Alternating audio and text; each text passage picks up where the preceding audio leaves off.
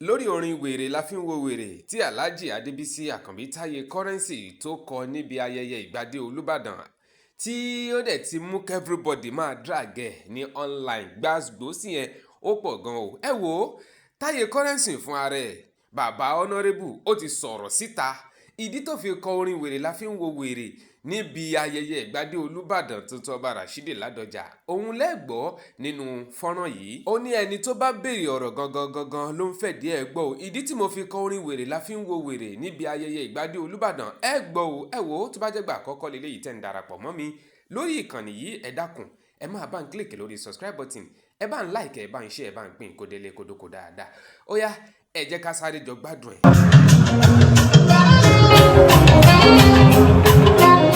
ẹ̀yin bàbá wa lọ jókòó ẹ̀yin ti máa rìn láti bí 40-50 years bẹ́ẹ̀ bá ti wùrù bọ̀ ilé á ti tú.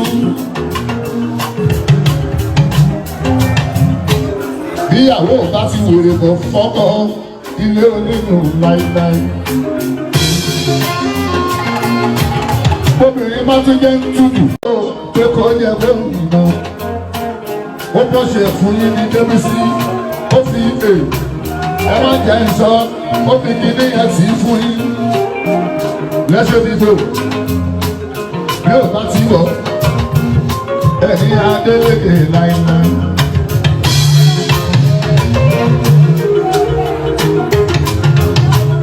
ṣèyí ọmọ Mákindé nígbàdàn lórí ọ̀lẹ́ wọ́n fẹ́ gbẹ́ lọ́wọ́ ẹ̀ ó ti wèrè bọ́ ló ṣe dúró dédé káṣojú abẹ ní ìkó.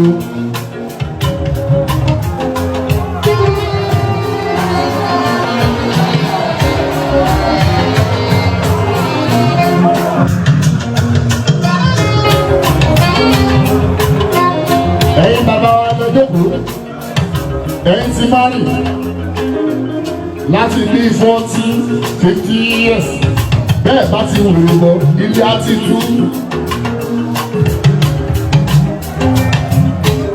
bíyàwó bá ti wùrù bọ̀ fọ́kọ ilé onínú láíláí. obìnrin má tún jẹ́ ń túdù.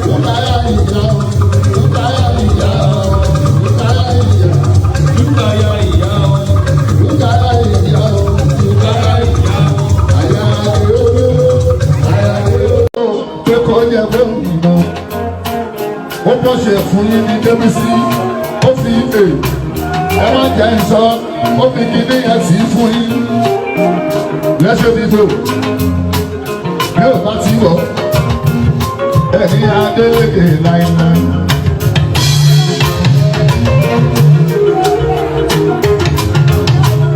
ṣèyí ọmọ mákindé nígbàdàn lórí ọ̀lẹ́ wọ́n fẹ́ gbẹ́gbẹ́ lọ́wọ́ ẹ̀ ó ti wòrè bọ́ ló ṣe dúró dédé káṣojú abẹ ní ìkó.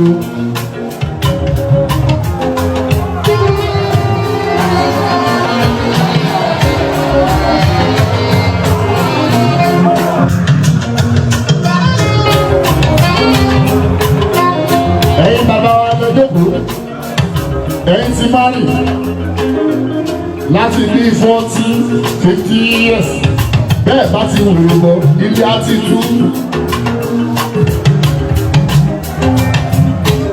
bíyàwó bá ti wòrè lọ fọ́kọ ilé onínú láíláí.